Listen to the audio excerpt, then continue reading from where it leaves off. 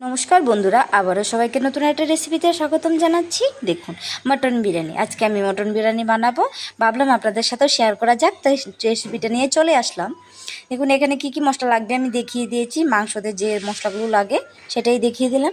কড়াইতে তেল দিয়ে আমি পেঁয়াজগুলো দিয়ে দেবো। যে মশলাগুলো দেখিয়েছিলাম ব্লেন্ড করে নিয়েছি। দেন এখানে পেঁয়াজগুলো আমার লাল হয়ে গেছে মোটামুটি। এখানে আমি কিছুটা পরিমাণ পেঁয়াজ তুলে নেব বেরেস্তার জন্য। আর এদিকে নুন হলুদ মাখিয়ে আলুগুলো একটু ভেজে নেব। দেখুন, এখানে বেরেস্তার জন্য পেঁয়াজটা আমি আলাদা করে রেখে দিয়েছি। এখানে মটনটা নুন হলুদ দিয়ে ভালো করে আগে একটু মাখিয়ে নিলাম। কার কার মটন বিরিয়ানি খেতে ভালো লাগে অবশ্যই কমেন্ট করে জানাবেন। এখানে আলুগুলো ভাজা হয়ে গেছে, আলুগুলো আমি তুলে নেব। দিয়ে কড়াইতে তেল দিয়ে পেঁয়াজগুলো দিয়ে আমি মশলাগুলো দিয়ে দিয়েছি। মশলাটা আগে ভালো করে একটু কষিয়ে নেব। দেন এখানে আমি মটনটা দিয়ে দেব। যেহেতু মটন একটু সিদ্ধ হতে দেরি হয়, তার জন্য আমি ভালো করে আগে কষিয়ে নেব। আর এদিকে আমি পাতের হাঁড়িটা বসিয়ে দিলাম। জলটা আমার ফুটে গেছে, চালগুলো আমি ভালো করে ধুয়ে নিয়েছি। দেন এখানে গোলাপ জল আর কেওড়া জল দিয়ে দেব। এখানে সামান্য পরিমাণ আগে আতর দিয়ে দেব। দেন গোলাপ জল আর কেওড়া জলটা দিয়ে দেব।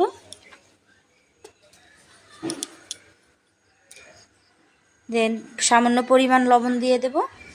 এখানে আমার মাংসটা ঝুল দিয়ে দিলাম।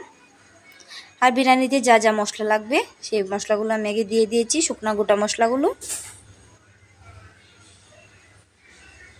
জলটা ফুটে গেছে, এবার আমি নুন আর চালটাও দিয়ে দেব।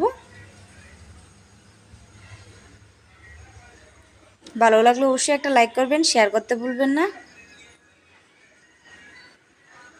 দেখুন 60% মতো ফুটে গেছে চালটা। এবার আমি ভাতটা বাতি ফ্যানটা জড়িয়ে নেব। দেন এখানে আমার মোটামুটি মাটনটাও কষানো হয়ে গেছে।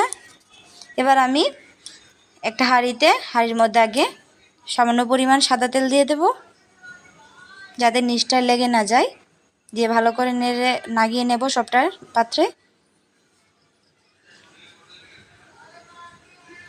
দেন এখানে আমি একটু মাংসের ঝোলটা দিয়ে দেব।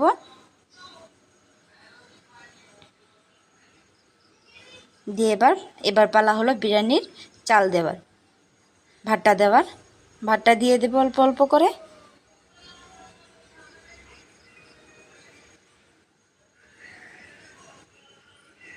এবার আমি বেরেস্তাগুলো উপর থেকে দিয়ে দেব। দিয়ে ধনে পাতা, পুদিনা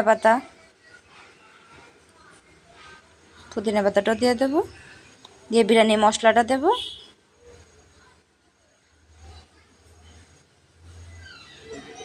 এবার আবারও ভাত দিয়ে দেব।